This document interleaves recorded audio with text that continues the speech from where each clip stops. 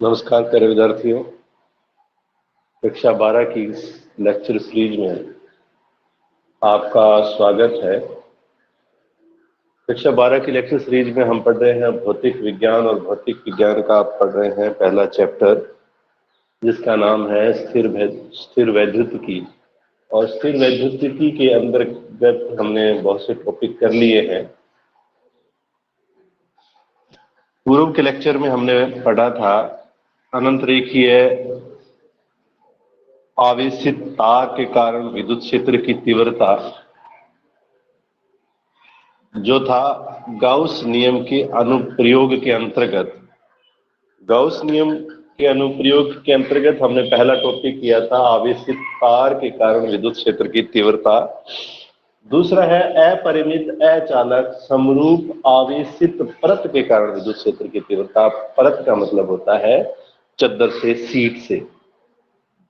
ये कोई सीट है, अपरिमित है मतलब जिसको मापा ना जा सके। अचालक है, चालक नहीं है, अचालक है।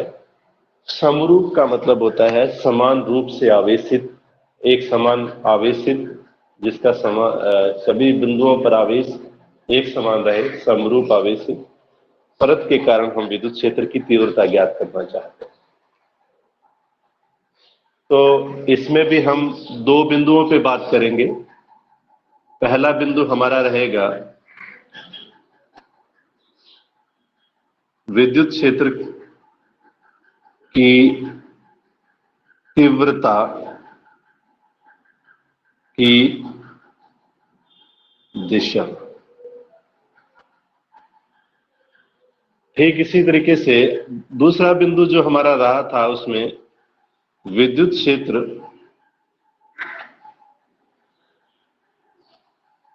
की तीव्रता का परिमाण। ये दो चीजें हम ज्ञात करना चाहते हैं और करना पड़ेगा। अगर ये क्वेश्चन आ जाता है अचालक समरूप आवेशित परत के कारण विद्युत क्षेत्र की तीव्रता के लिए सूत्र व्युत्पन्न कीजिए, तो आपको ये दोनों ही बातें लिखनी पड़ेंगी और उनके बारे में विस्तृत बात बतानी पड़ेगी। तो पहले हम बात करते हैं विद्युत क्षेत्र की तीव्रता की दिशा। हेडिंग डालें, फिर आगे चलते हैं। विद्युत क्षेत्र की तीव्रता की दिशा। तो देखो भाई,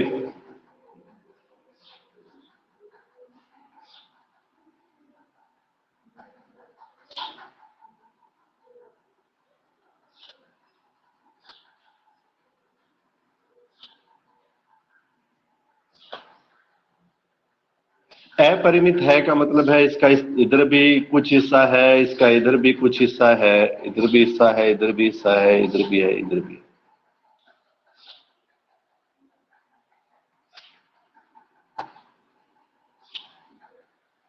और ये जो सीट हम ले रहे हैं, इसका क्षेत्रफल हमें ज्ञात है, ए है।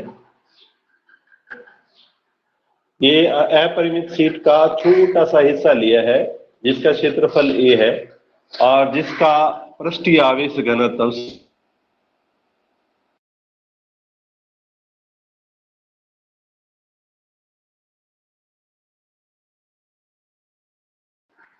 मध्य बिंदु ओ से स्मॉल आर दूरी पर स्थित बिंदु पी पर हम विद्युत क्षेत्र की तीव्रता की दिशा ज्ञात करना चाहते हैं। इसलिए मध्य बिंदु ओ से समान दूरी पर इस तरफ तथा समान दूरी पर इस तरफ, दोनों तरफ समान दूरी पर, ये दूरी और ये दूरी दोनों तरफ समान दूरी पर क्षेत्रफल अल्पांश A1 dA तथा यहां पे भी dA की कल्पना करते हैं। और इसमें हमने मान लिया कि dQ आवेश है। dA क्षेत्रफल में कितना आवेश है? dQ आवेश। दोनों अल्पांशों के कारण विद्युत क्षेत्र की जो, क्योंकि दोनों के अंदर आवेश एक जैसा है, दोनों जो पृष्ठीय क्षेत्रफल जो अल्पांश लिए क्षेत्रफल अल्पांश ये दोनों एक जैसे हैं, तो इनके कारण विद्युत क्षेत्र की तीव्रता बिंदु P पर इस प्रकार से दी जाएगी। चित्र में थोड़ा सा फर्क है, ज्यादा फर्क नहीं है, उसमें सीधी तार थी और इसमें पृष्ठ है बस। हम इस बिंदु P पर विद्युत क्षेत्र की तीव्रता ज्ञात करना चाहते हैं। इस तरफ हमें E मिला और इस तरफ भी हमें E मिला। E1 E2 भी लिख सकते हो, लेकिन ये क्या है कि दोनों ही बराबर है, ये दोनों ही बराबर है। उसमें भी हम E1 E2 लिखें या E लिख दें तो एक ही बात है। तो देखो भाई, इसको हमने आगे की तरफ बढ़ा दिया ऐसे। अब इसको हम दो घटकों में वियोजित कर सकते हैं। एक घटक आएगा E कोस थीटा, दूसरा भी होगा इसके कारण E कोस थीटा।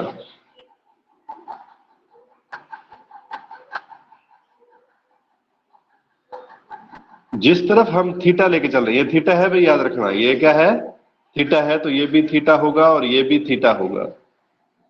अब देखो,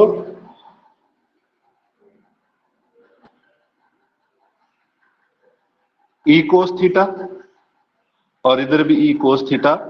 जब थीटा, जिस तरफ थीटा, इसको हम वियोजित कर रहे हैं, इस घटक को हम दो घटकों में वियोजित कर रहे हैं और वो दोनों घटक परस्पर 90 डिग्री पे होने चाहिए। वो दोनों घटक परस्पर 90 डिग्री पे होने चाहिए। तो इस तरफ हमने ले लिया थीटा और थीटा वाली दिशा में हमें पता है कि कोस थीटा आता है, और दूसरी तरफ हमारा रह जाएगा 90 माइनस थीटा, है ना, 90 माइनस थीटा। तो इसको हम लिखेंगे, या तो हम लिख देंगे इसको E साइन थीटा, या फिर इसको हम लिख सकते हैं E कोस 90 माइनस थीटा। एक ही बात है, दोनों एक ही बात है। 90 माइनस थीटा बदल जाता है साइन थीटा में। ठीक इसी तरीके से इसको हमने कोस थीटा लिखा, तो ये हमारा हो जाएगा 90 माइनस थीटा, 90 माइनस थीटा। तो इसको भी हम वही लिख सकते हैं, मैं सीधा लिख देता हूं ई साइन थीटा। ये चित्र आपको बढ़िया तरीके से समझ में आ गया होगा। इस चित्र के बारे में दोबारा से हम बात करते हैं कि हमने एक अपरिमित पट्टिका का एक छोटा सा हिस्सा लिया, जिसका क्षेत्रफल जो है A है और जिसका पृष्ठीय आवेश घनत्व सिग्मा, ठीक है। और इस पट्टिका के अंदर कुल आवेश सिग्मा क्यू है, ये हमने मान लिया। अब इस पट्टिका के मध्य बिंदु O से, इस क्षेत्रफल के मध्य बिंदु O से R दूरी पर स्थित बिंदु P पर, बिंदु P है यहां पर, बिंदु P पर हम विद्युत क्षेत्र की तीव्रता की दिशा ज्ञात करना चाहते हैं। इसलिए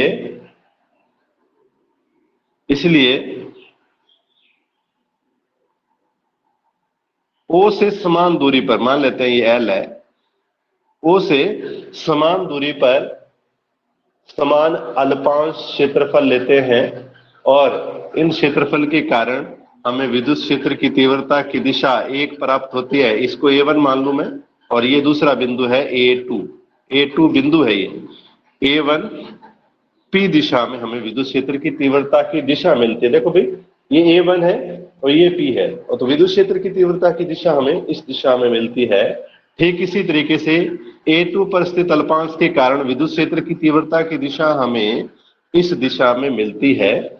इन दोनों को, विद्युत क्षेत्र की तीव्रता एक ही बिंदु पर दो प्राप्त होती है। अब हमने क्या किया, इन विद्युत क्षेत्र की तीव्रताओं को दो घटकों में वियोजित कर दिया, दो घटकों में तोड़ दिया।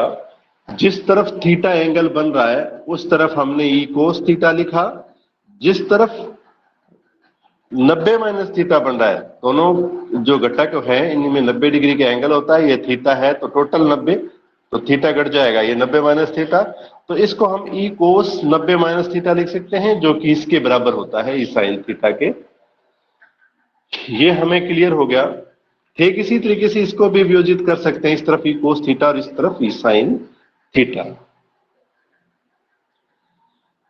अब देखो भाई चित्र से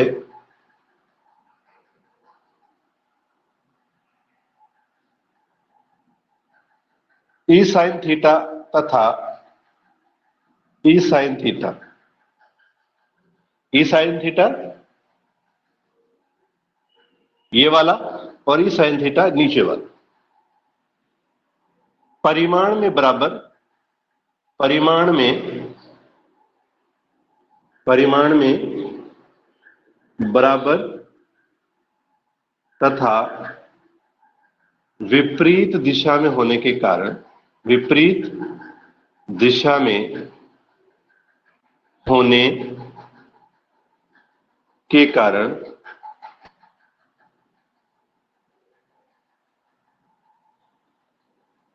एक दूसरे के प्रभाव को, एक दूसरे के प्रभाव को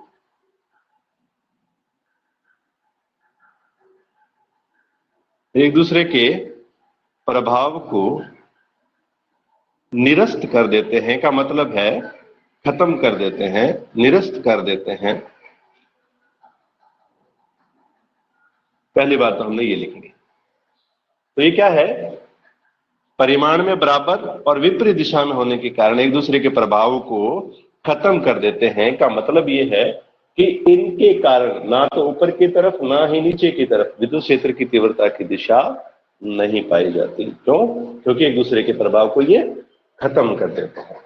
दूसरी बात हमने लिखनी है, ई कोस थीटा तथा ई कोस थीटा दोनों एक ही लिखना था, एक ही दिशा में होने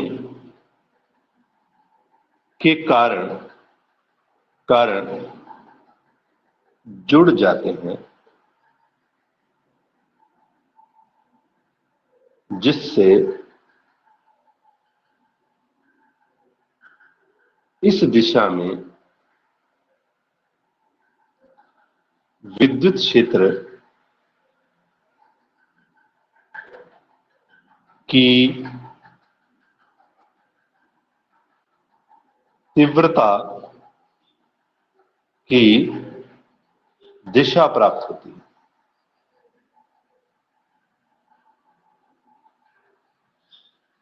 तो देखो भाई, दो बातें हमें अनिवार्य रूप से ये लिखनी है कि ई साइन थीटा और ई साइन थीटा एक दूसरे के खिलाफ विपरीत होने के कारण एक दूसरे के प्रभाव को खत्म कर देते हैं, जिस कारण से ओपी को मिलाने वाली रेखा के लंबवत दिशा में कोई भी विद्युत क्षेत्र नहीं होता है।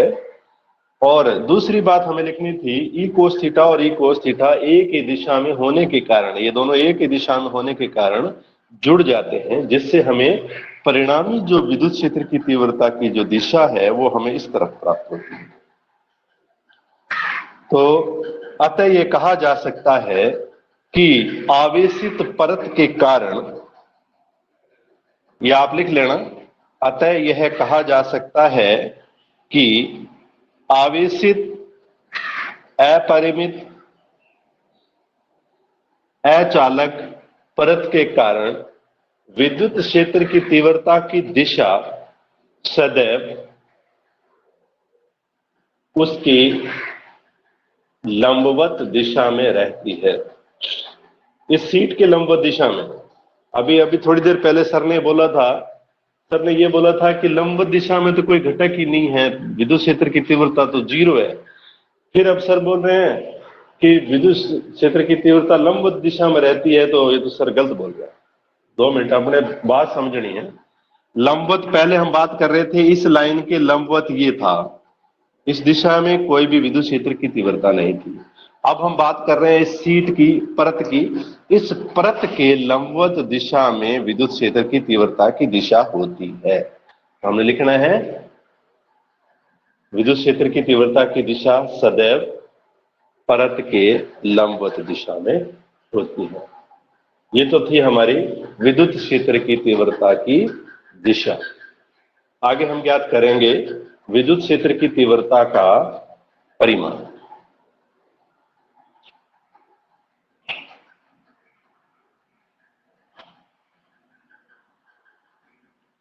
विद्युत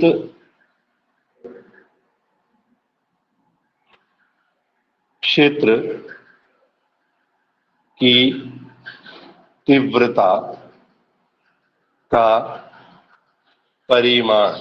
चित्र जरूर बनाएं, चित्र बनाओगे तो ज्यादा, हम कुछ ज्यादा याद नहीं कर रहे हैं, हमें सिर्फ चित्र आना चाहिए, चित्र बनाना आना चाहिए। चित्र अगर आ जाता है तो फिजिक्स चित्रों पर आधारित सब विषय है, और चित्र अगर बढ़िया से याद कर लेते हो, चित्र आपको बनाना आता है, तो आपको लिखने के लिए कोई मैटर याद करने की जरूरत नहीं है। देखो भाई, हम विद्युत क्षेत्र की तीव्रता ज्ञात करना चाहते हैं और ये बिल्कुल पतली परत है।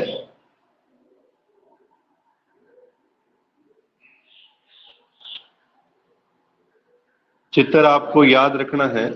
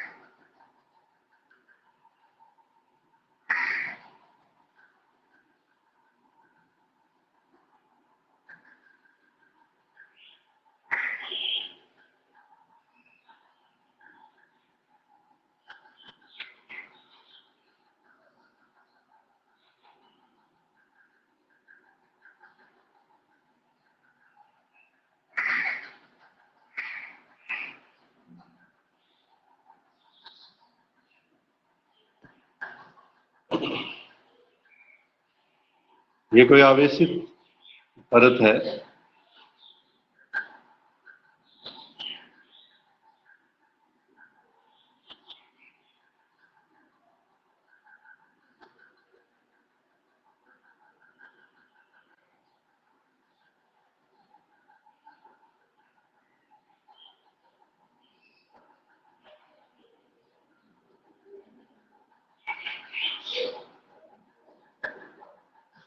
और समरूप आवेशित परत है। हमने इस परत के कारण किसी बिंदु P पर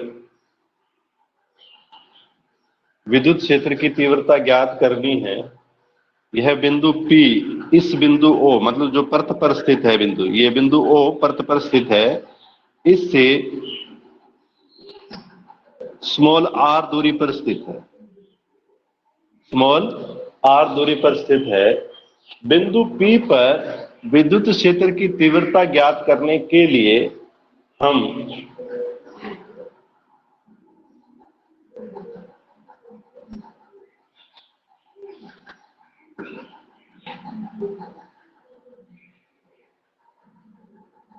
टू आर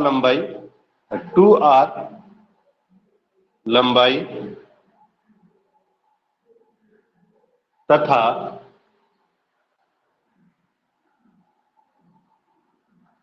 ए त्रिज्या के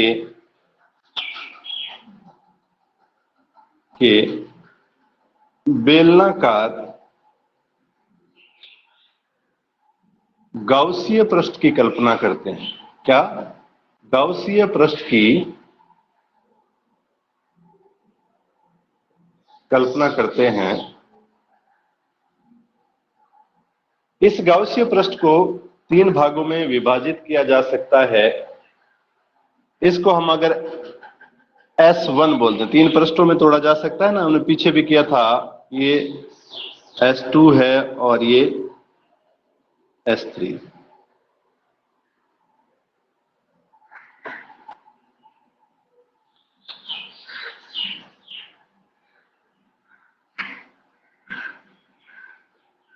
गाउसीय पृष्ठ को 3 भागों में विभाजित किया जा सकता है।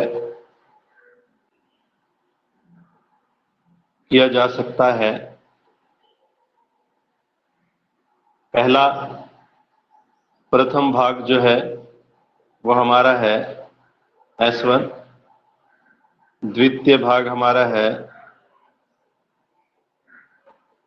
S2 और तीसरा जो भाग है हमारा वो है S3।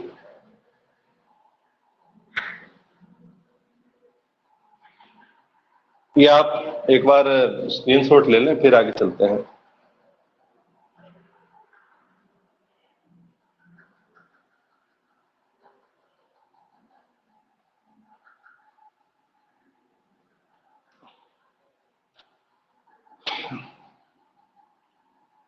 बेलनाकार गाउसीय पृष्ठ से निर्गत flux phi is equal to integration for close surface E vector dot dA vector. और ये dA क्या है, हमने इस पे अल्पांश लेना है, वो थोड़ी सी आगे चर्चा करेंगे। इस पे हमने ले लिया, पहला है तो इसको हम dA1 लिख दें, ये दूसरा है तो यहाँ पे इसका जो क्षेत्रफल सदिश इस तरफ होगा और विद्युत क्षेत्र की तीव्रता की दिशा भी हमने ज्ञात किया था कि पट्टिका के लंबवत होगी। तो ये जो क्षेत्रफल सदिश है ये dA2 वेक्टर है, उसकी दिशा इस तरफ होगी, ये D1 वेक्टर है और यहाँ पे हमने जो क्षेत्रफल अल्पांश लिया इसके कारण ये क्या है, dA3 वेक्टर है, इसकी दिशा इस तरफ होगी।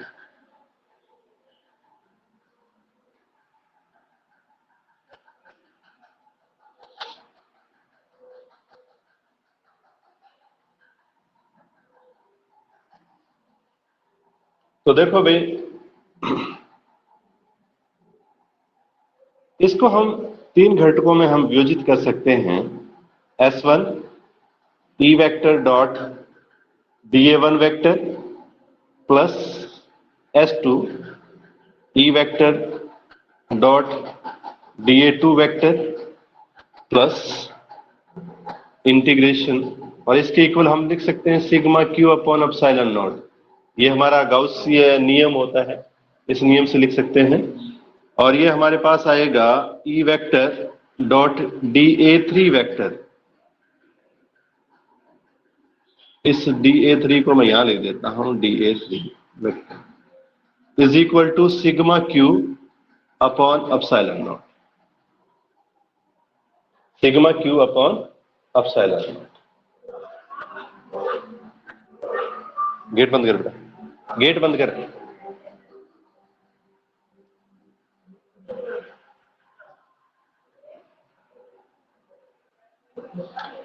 अब देखो, हमने बात करी थी कि इस सीट का जो पृष्ठीय आवेश घनत्व है, चादर, ये चादर है, परत है, इसका पृष्ठीय आवेश घनत्व क्या था, सिग्मा था, और इस हिस्से का जो आवेश था वो सिग्मा Q था और इसका क्षेत्रफल क्या था, A था।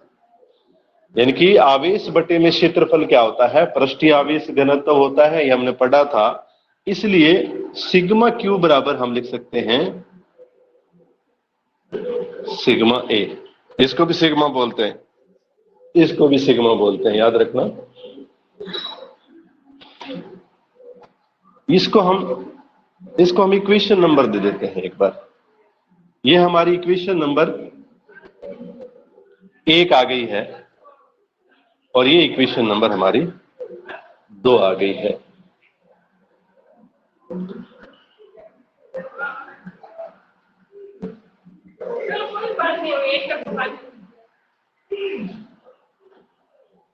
दूसरा, अब हमने लिख दिया integration S1 E vector dot DA vector. इसकी हम बात करते हैं, इसकी वैल्यू क्या आनी चाहिए।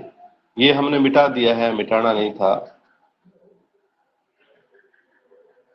DA 3 vector. तो देखो भाई, इसकी वैल्यू हमारे पास क्या आएगी, हल करते हैं। S1 EDA cos थीटा, और ये 1 है तो यहाँ पे थीटा 1 लिख दो। अब देखो भाई, इस सीट के कारण विद्युत क्षेत्र की तीव्रता की जो दिशा है हमेशा लंबवत रहेगी। इधर भी हो सकती है, इधर भी हो सकती है, लंबवत रहेगी। तो थीटा 1 बराबर आएगा 0 डिग्री, क्योंकि क्षेत्रफल सदिश, यहां की बात करें तो क्षेत्रफल सदिश, क्षेत्रफल ऐसे है, मैं इसको यहां रख देता हूं, क्षेत्रफल ऐसे है और क्षेत्रफल सदिश की दिशा ये है, और विद्युत क्षेत्र की तीव्रता की दिशा भी यही है। तो दोनों समांतर होने के कारण यहां पे लिख देना, चूंकि E vector parallel to DA vector.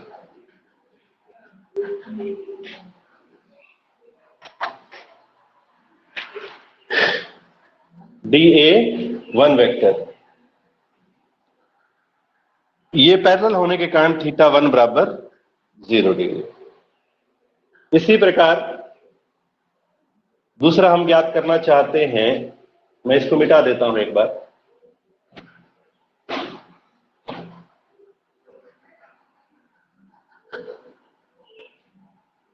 दूसरा हमारे पास है integration S2 E vector dot DA vector A2 vector is equal to integration S2 EDA cos theta. ए यहाँ A1 है, यहाँ A2 है, ये थीटा 2 है। अब देखो, ये जो कंडीशन है, A1 हमारा यहां था भाई, याद रखना, ये दोनों एक ही डायरेक्शन में है। A1 हमारा यहां था, तो इसी तरफ विद्युत क्षेत्र की तीव्रता की दिशा है। तो आपको ऐसा नहीं कि सर ने इधर बता दिया, एक ही बात है, इधर बता दे। तो यहां पे भी 0, और यहां की बात करते हैं तो यहां पे क्षेत्रफल अल्पांश जो लिया है हमने, उसकी दिशा है इस तरफ, और विद्युत क्षेत्र की तीव्रता की दिशा है इस तरफ। तो हमने क्या किया, यहां पे हमने थीटा बराबर प्राप्त हुआ 90 डिग्री। क्यों? क्योंकि E vector is perpendicular to DA2 vector. ये हमें प्राप्त हुआ 90 डिग्री इस कंडीशन में। और तीसरे में हमारे पास है S3 E vector dot DA vector is equal to integration S3 DA3 cos theta is equal to क्या आएगा, पहले तो हमें पता होना चाहिए DA3 में E vector parallel to DA3 vector है, इसलिए थीटा बराबर क्या आएगा, 0 डिग्री आएगा। थीटा बराबर क्या आएगा, 0 डिग्री आएगा। इस सभी के मान, इससे मान निकाल देते हैं। इसका हमारा जो मान आएगा, देखो भाई, E इंटीग्रेशन S1 DA1 आ जाएगा, जिसको हम क्या लिख सकते हैं, EA लिख सकते हैं। पूरी सीट का क्षेत्रफल समाकलन कर देंगे, छोटे छोटे टुकड़ों को जोड़ कर अपने टोटल निकालेंगे तो पूरा क्षेत्रफल आ जाएगा EA। और इसमें अगर थीटा 2 की जो वैल्यू रखेंगे, अपने थीटा 2 की जो वैल्यू रखेंगे हम, ये थीटा 3 है, इसको 3 लिख दें, और थीटा 2 की जो वैल्यू हमारे पास 90 आई है, इसकी वैल्यू क्या हो जाएगी, 0, क्योंकि कोस 90 का जो वैल्यू होती है 0 होती है, इसलिए 0 हो जाएगी। इससे देखो, ये 90 है तो हमारे पास जो वैल्यू यहां आई है वही वैल्यू यहां प्राप्त होगी, S3 DA is equal to EA। E constant है, DA का हम समाकलन करेंगे, पूरी इस सीट का क्षेत्रफल आ जाएगा, पूरी सीट का क्षेत्रफल आ जाएगा। तो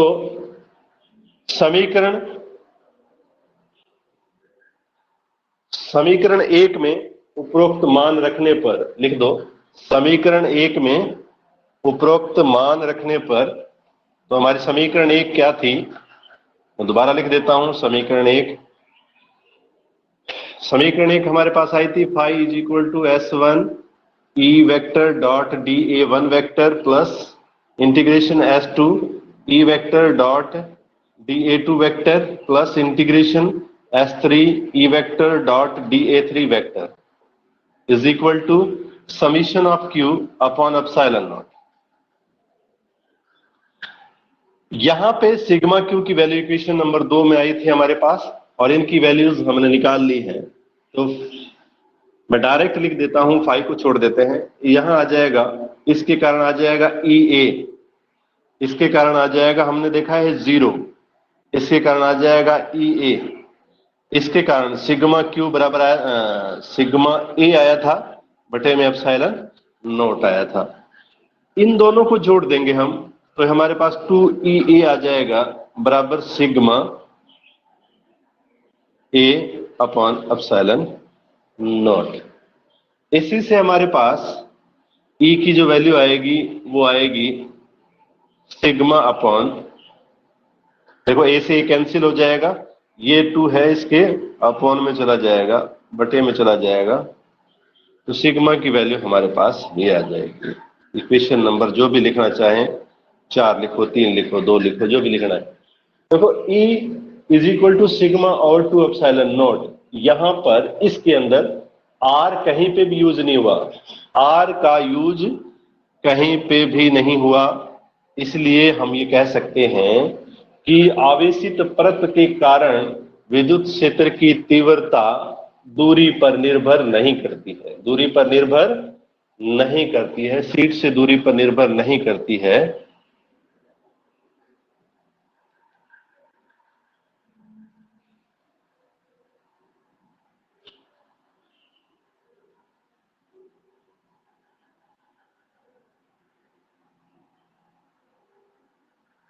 तो आपको याद रखना है ये फॉर्मूला, परिमाण हमारे पास आ गया ये, और हम इसको अगर सदिश रूप में लिखना चाहें तो इसको ऐसे लिखेंगे, ई वेक्टर, दिशा भी साथ में आ जाएगी, और परिमाण हमारे पास है 2 sigma upon 2 epsilon not into N cap. N cap होता है नॉर्मल डायरेक्शन में यूनिट वेक्टर, इनकी इसकी लंबवत दिशा में इकाई सदिश है, एकांक सदिश है। तो ये हमारी इक्वेशन नंबर, इसको हम 5 दे दें, इक्वेशन 5 आ जाएगी, जो इसके सदिश रूप को व्यक्त करती है, अभिव्यक्त करती है। इसके बाद हमारा आलेखीय निरूपण करते हैं। ई तथा आर के मध्य आलेख बोलते हैं, कभी आरेख बोल देते हैं, ग्राफ भी बोल देते हैं। तो देखो भाई, ये है आर, इस तरफ, इस डायरेक्शन में आर है, और इस डायरेक्शन में ई है।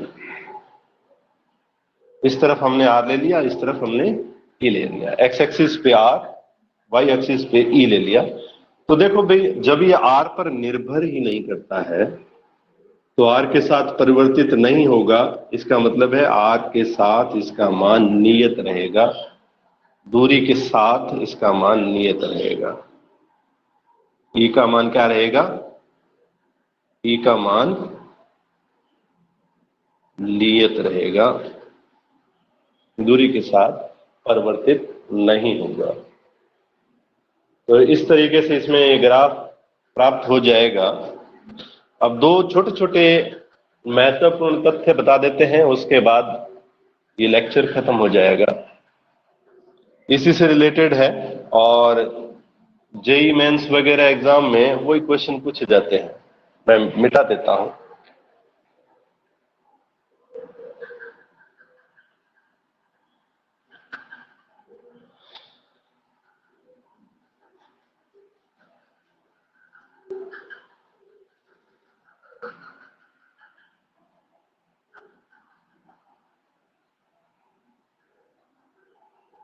दो समांतर प्लेटों समांतर आवेशित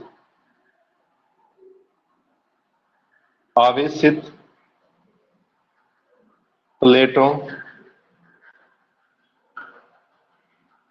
के कारण विद्युत क्षेत्र की तीव्रता। छोटा सा टॉपिक इसी के अंतर्गत आता है। इसका यूज होता है जो हमने अभी तथ्य किया था, अभी जो टॉपिक किया था उसी पे आधारित। तो इसमें दो केस हो सकते हैं, जब दोनों प्लेटें समान आवेशित हो। क्या हो? समान आवेशित हो। दूसरा हमारा ये हो सकता है जब दोनों प्लेटें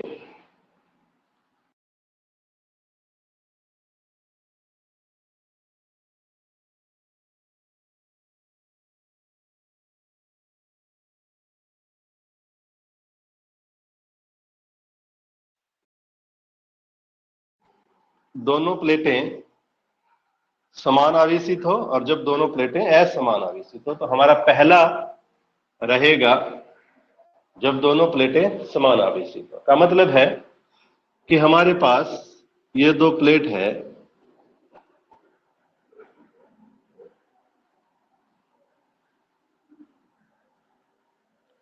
इस प्लेट पर भी धनावेश। अब प्लेट हमें कैसी दिख रही है? एक लाइन की तरह दिख रही है, लेकिन ये ऐसे पड़ी है, ऐसे पड़ी है, इसलिए हमें सिर्फ लाइन दिख रही है।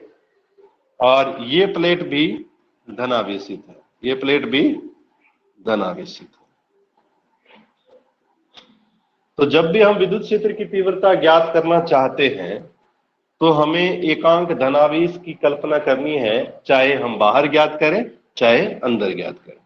तो हम अंदर की बात करें, ये अंदर है, तो एकांक धनावेश की अभिकल्पना करेंगे, परिकल्पना करेंगे।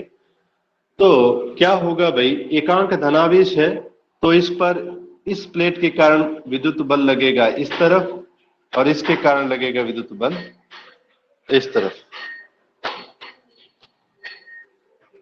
2 मिनट मैडम।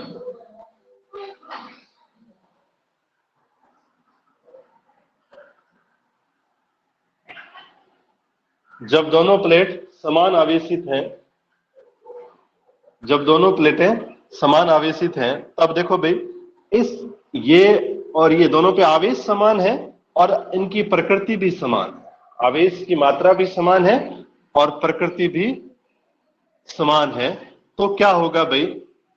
इसके कारण इस आवेश पर इस तरफ बल लगेगा। इसको हम मान लेते हैं विद्युत क्षेत्र की तीव्रता इस तरफ होगी, इसके कारण इस तरफ विद्युत क्षेत्र की तीव्रता होगी। अब दोनों समान आवेशित है तो दोनों के कारण विद्युत क्षेत्र की तीव्रताएं भी समान होगी इस बिंदु पर। इसलिए हम क्या करेंगे? परिणामी जो विद्युत क्षेत्र की तीव्रता होगी वो E1 माइनस E2 होगी, जो कि 0 प्राप्त होगी। अर्थात दो प्लेटें अगर समान आवेशित हैं तो उनके मध्य सदैव विद्युत क्षेत्र की तीव्रता का मान 0 रहता है, 0 रहता है। ये बात हमें याद रखनी है, छोटी सी बात थी। दूसरी, अगर ये विपरीत आवेशित है, इसी के अंदर दूसरा टॉपिक, ये तो है अंदर के लिए मैं लिख रहा हूं इन लिख रहा हूं अंदर के लिए।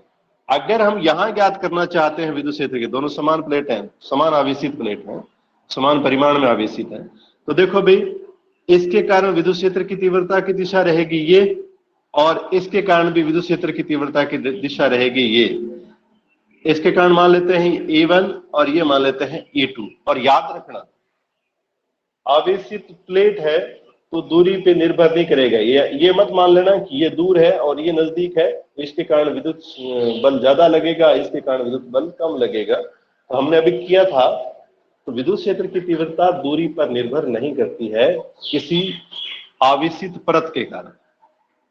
तो हमें जो विद्युत क्षेत्र की तीव्रता मिलेगी वो मिलेगी E out is equal to 2E। 2E यानी कि इसको हम लिख सकते हैं 2 into sigma upon 2 epsilon not. देखो भाई, E की जो वैल्यू हमने अभी निकाली थी वो हमारे पास आई थी सिग्मा ओवर 2 एप्सिलॉन नॉट। 2 ये है, तो इस 2 से ये 2 कैंसिल हो जाएगा, तो हमारे पास ई आउट जो आएगा वो आएगा sigma upon epsilon not, sigma upon epsilon not, यानी कि समान आवेशित विद्युत समान आवेशित परतों के कारण या प्लेटों के कारण उनके अंदर विद्युत क्षेत्र की तीव्रता का मान 0 होता है और बाहर सिग्मा बटे में एप्सिलॉन नॉट होता है। ठीक इसी तरीके से हमने दूसरी प्लेट लेनी है और दूसरी प्लेट हमारे पास है ऋण आवेशित, दोनों की परिमाण समान है लेकिन प्रकृति क्या है, विपरीत है, और प्रकृति विपरीत होने के कारण क्या होगा, ये जो चीज है आगे बहुत यूज होने वाली है, इसलिए मैं पहले बता रहा हूं। तो देखो भाई, दोनों की प्रकृति क्या है, विपरीत है। तो देखो यहां पर एकांक धनावेश की अगर मैं कल्पना करता हूं तो इस पर इसके कारण विद्युत बल लगेगा इस तरफ और इसके कारण विद्युत बल लगेगा इस तरफ, दोनों एक ही दिशा में लगेगा। देखो भाई, ये क्या करेगा, प्रतिकर्षित करेगा, ये क्या करेगा, इसको आकर्षित करेगा, दोनों एक ही दिशा में बल लगाएंगे। तो ये मान लेते हैं E1 और ये मान लेते हैं E2, दोनों एक ही दिशा में। तो अंदर की तरफ जो विद्युत क्षेत्र की तीव्रता रहेगी जब विपरीत आवेशित प्लेटें हैं तब रहेगी